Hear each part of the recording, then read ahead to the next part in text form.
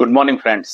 1 મિનિટનો સંદેશ. રાઈટ, તમે લોકની લખેલી સુવાર્ત પહેલો અધ્યાય ને એની છેલ્લી કલમો એટલે કે 76મી કલમથી લઈને 80મી કલમ સુધી વાંચો તો ત્યાં આપણને જાણવા સમજવા મળે છે કે યોહાન બાપ્તિસ્માનો પિતા ઝખારિયા, રાઈટ, એ પવિત્ર આત્માથી ભરપૂર થઈને પ્રબોધ કરે છે. યોહાનને માટે તો પ્રબોધ કરે છે, સાથે સાથે પ્રભુ ઈસુ ખ્રિસ્તને માટે પણ પ્રબોધ કરે છે, પણ એ પ્રબોધ બહુ જ સ્પષ્ટ અને ટુ ધ પોઈન્ટ છે, જે સમજવાના માટે આપણે યત્ન કરીએ તો.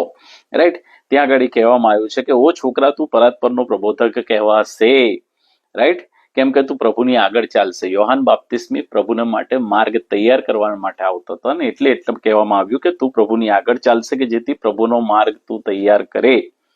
અને ત્યાર પછી લોકોના પાપની માફી મળવાથી જે તારણ છે તેનું જ્ઞાન તું તેઓને આપે, લોકોના હૃદયોને અને મનોને તું તૈયાર કરે. અને પછી 80મી કલમ કહે છે કે જેથી અંધકારમાં તથા મરણની છાયામાં જેઓ બેઠેલા છે તેઓને તે પ્રકાશ પમાડે. કોણ પ્રકાશ પમાડે? આવનાર પ્રભુ ઈસુ ખ્રિસ્ત. યોહાનના સમયની વાત છે, રાઈટ. આવનાર પ્રભુ ઈસુ ખ્રિસ્ત એ પ્રકાશ પમાડે. અને આપણે જોઈએ છે પ્રભુ ઈસુ ખ્રિસ્ત એ જાહેર કરે છે કે હું જગતનો પ્રકાશ છું, હું જગતનું અજવાળું છું. જો ખ્રિસ્તમાંથી તમે ને હું અજવાળું પામ્યા છે તો ચોક્કસ આપણે પ્રકાશિત થવા જોઈએ.